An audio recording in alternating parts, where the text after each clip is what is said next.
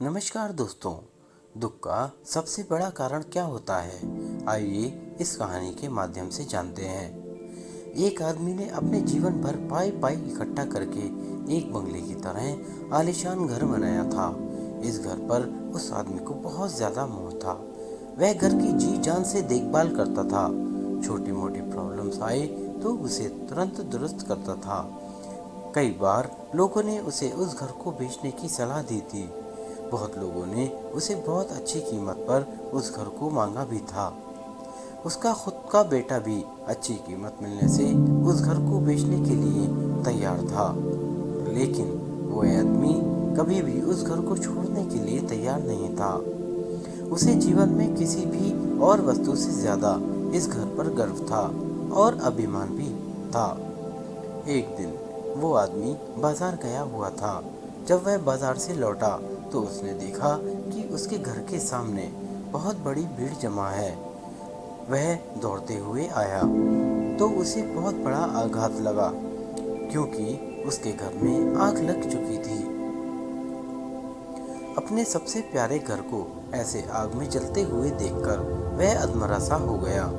उसे समझ में नहीं आ रहा था कि वह क्या करे।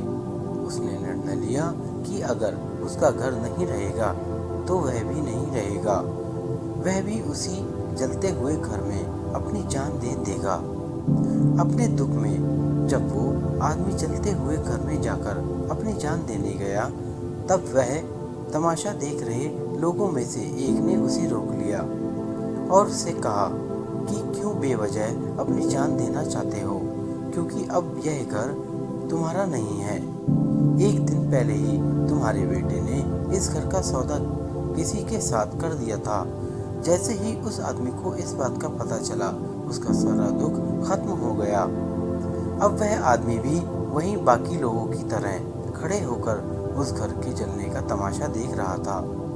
जब उस आदमी का बेटा आया तो वह आदमी अपने बेटे के साथ जाकर उसे कहने लगा, जरूर मैंने पिछले जन्म में कोई पुण्य किए होंगे, इसलिए मुझे तुम्हारी जैसा बेटा मिला।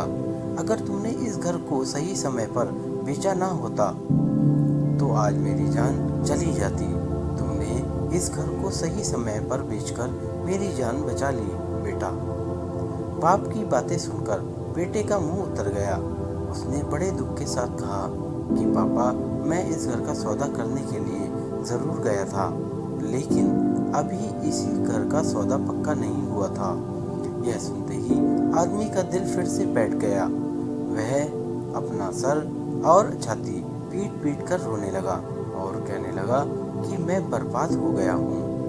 पहले किसी और का घर जल गया यह जानकर जो उसे खुशी हुई थी, अब उसके घर है यह जानकर दुख में बदल गई।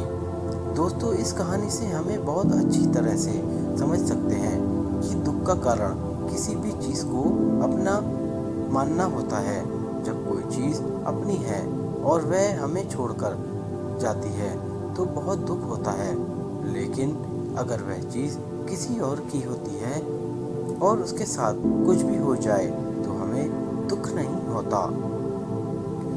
दोस्तों, ये कहानी आपको कैसे लगी हमें कमेंट करके ज़रूर बताएं और हमारे चैनल को सब्सक्राइब करना ना भूलें और ऐसे ही वीडियो के लिए हमारे चैनल पे बने रहें। धन्यवाद।